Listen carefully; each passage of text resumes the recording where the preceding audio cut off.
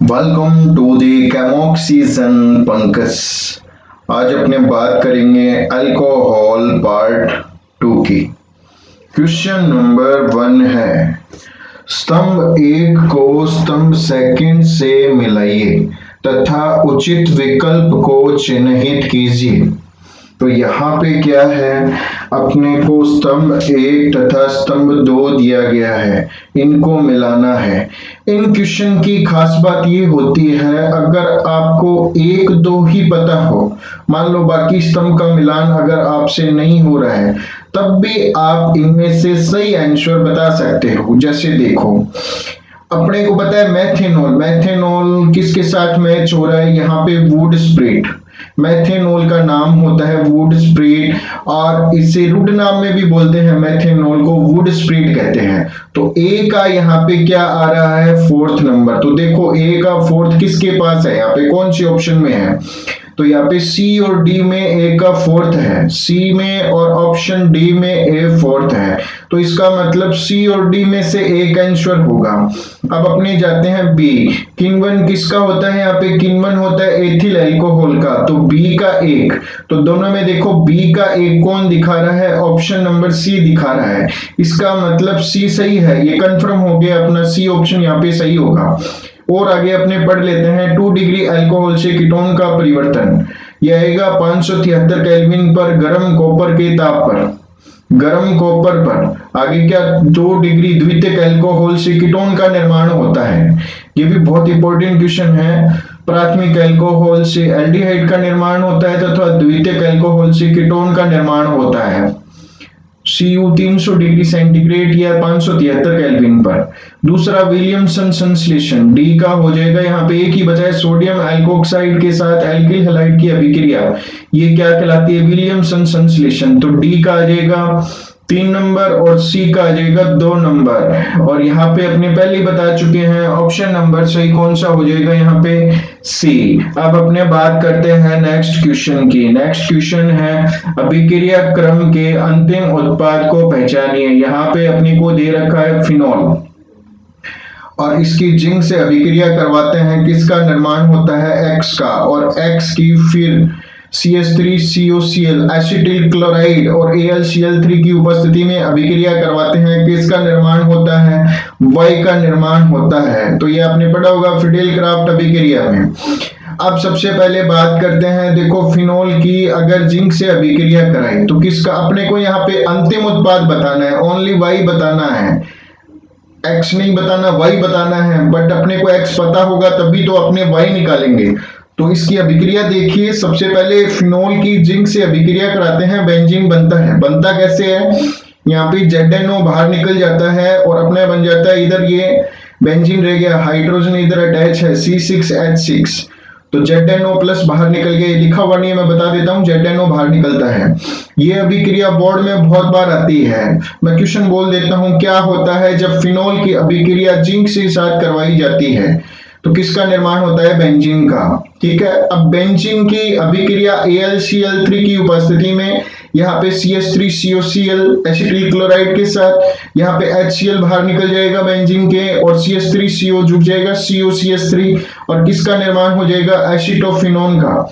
तो यहाँ पे अपना ऑप्शन नंबर आ जाएगा बी, एसिटोफिनोन। यहाँ पे Y क्या है, एसिटोफिनोन है। नेक्स्ट क्वेश्चन है, फिनॉल को जब ब्रोमीन जल की अधिकता के साथ उपचारित किया जाता है तो किसका सफेद अवक्षेप प्राप्त होता है।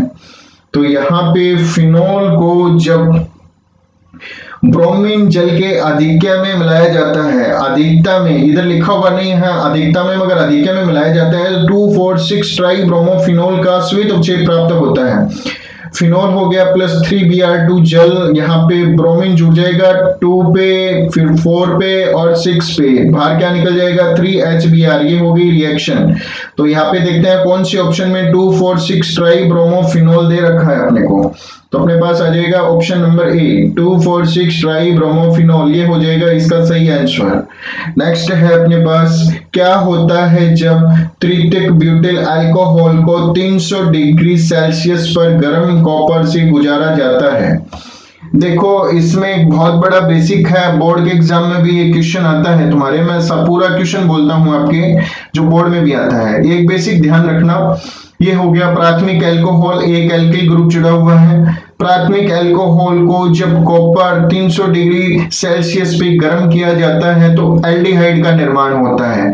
द्वितीयक अल्कोहल को गर्म किया जाता है कॉपर 300 डिग्री सेल्सियस पर तो कीटोन का निर्माण होता है। मगर अपने से क्वेश्चन में पूछा है तृतीयक ब्यूटिल अल्कोहल, तो तृतीयक ब्यूटिल अल्कोहल ये रहा बेटा।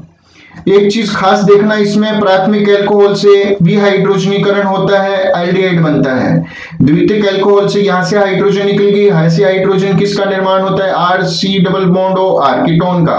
देखो हाइड्रोजन निकल रही है, परंतु जब अपने तृतीयक ब्यूटिल अल्कोहल ले, मतलब तृतीयक अल्कोहल ले ना, तो विहाइड्रोजनीकरण नहीं होता, यहाँ पे क्या होता है, निर्जलीकरण, जल बाहर निकलता है, हाइड्रोजन और इधर से OH, इधर से हाइड्रोजन निकल जाएगा, तो क्या आ जाएगा CH3 CH3 C और इनके बीच में आ जाएगा डबल बॉन्ड, और अपने पास क्या बन जाएगा CH3 CH3 C double bond CH2, और प्लस में मैंने तुम्हें बताया इसमें जल बाहर निकलता है, समझ में आ गई, जल बाहर निकल जाएगा, इधर से OH और इधर से हाइड्रोजन, तो अपने पास क्या बन जाएगा 2 मेथिल प्रोपेन, इसका IUPAC नाम है, ठीक है। यहाँ पे 2 पे मेथिल है और अपने पास क्या आ जाएगा प्रोपीन, ये प्रोपेन नहीं है बेटा, प्रोपीन होगा, यहाँ पे ये मिस्टेक है थोड़ा सा, तो अपने पास आंसर क्या आ जाएगा 2 मेथिल प्रोपीन बनता है, बी ऑप्शन सही होगा।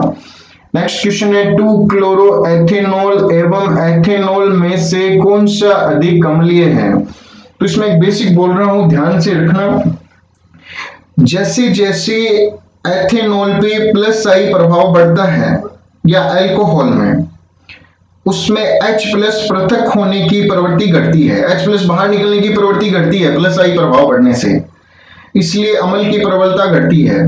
देखो वैसे अल्कोहल बहुत दुर्बल अम्लीय प्रवृत्ति का होता है, परंतु अगर इसका क्लोरीन जोड़ दे तो माइनस आई प्रभाव बढ़ जाएगा, मेरी बात समझ में आई, और माइनस आई प्रभाव बढ़ेगा तो अल्कोहल में अम्लीय प्रवृत्ति बढ़ेगी, और प्लस आई प्रभाव पड़ेगा तो घटेगी।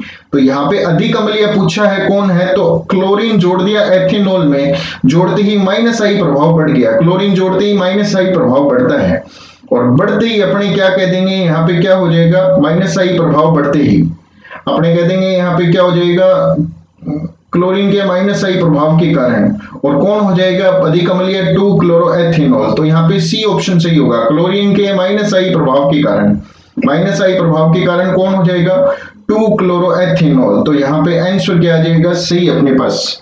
समझ में आ गई क्या मेरी बात, इन सभी ऑप्शन में देखना क्लोरो एथेनॉल में क्लोरीन जुड़ जाएगा एथेनॉल के साथ, जिसके कारण 2 क्लोरो एथेनॉल का माइनस आई प्रभाव बढ़ जाएगा, और बढ़ने से ये अधिक अम्लीय हो जाएगा, तो अधिक अम्लीय कौन है 2 क्लोरो एथेनॉल, किसके कारण, क्लोरीन के माइनस आई प्रभाव के कारण, तो यहाँ पे आ जाएगा ऑप्शन नंबर सी सही। नेक्स्ट है निम्न में से कौन सा उसके उपयोग से सही रूप से सुमेलित नहीं है। मेथेनॉल पेंट वर्निश के लिए विलायक के रूप में सही है बेटा ये। एथेनॉल विकृतीकृत स्प्रीट के लिए, फॉर्मेल्डिहाइड के निर्माण के लिए ये गलत है। ये जो उपयोग दे रखा है वो मेथेनॉल का है, न कि एथेनॉल का है।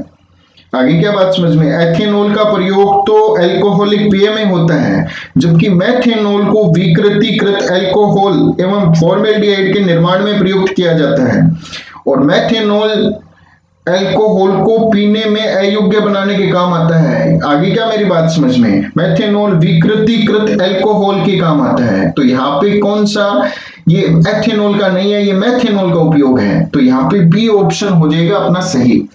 आगे क्या सही रूप से सुमेलित नहीं है बताना है, तो ये सही रूप से सुमेलित नहीं है यहाँ पे।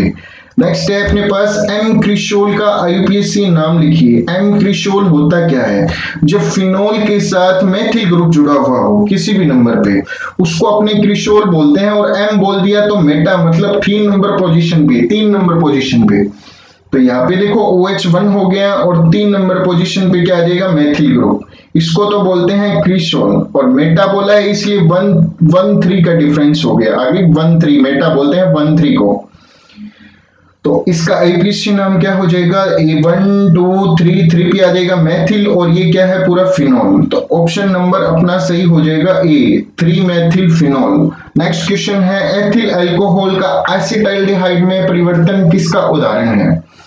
देखो अल्कोहल का जल अपघटन करते हैं तो एसिटाल्डिहाइड नहीं बनता, अपचयन से भी नहीं बनता क्योंकि उसमें हाइड्रोजन जुड़ते हैं, अनुव्यवस्थापन से भी नहीं होता, मगर ऑक्सीकरण करते हैं ना एथिल अल्कोहल का तो एसिटाल्डिहाइड बनता है, या विहाइड्रोजनीकरण, मगर विहाइड्रोजनीकरण ऑप्शन में दे नहीं रखा। रिएक्शन कैसे होगी, देखो अल्कोहल है उसका ऑक्सीकरण कर देंगे, KMnO4 की प्रेजेंस में भी हो सकता है, यहाँ पे अम्लीय K2Cr2O7 की प्रेजेंस में भी होता है इसका ऑक्सीकरण, तनु HNO3 भी ले सकते हैं, नाइट्रिक एसिड नाइट्रिक एसिड भी ले सकते हैं यहाँ पे, ठीक है, तनु नाइट्रिक एसिड।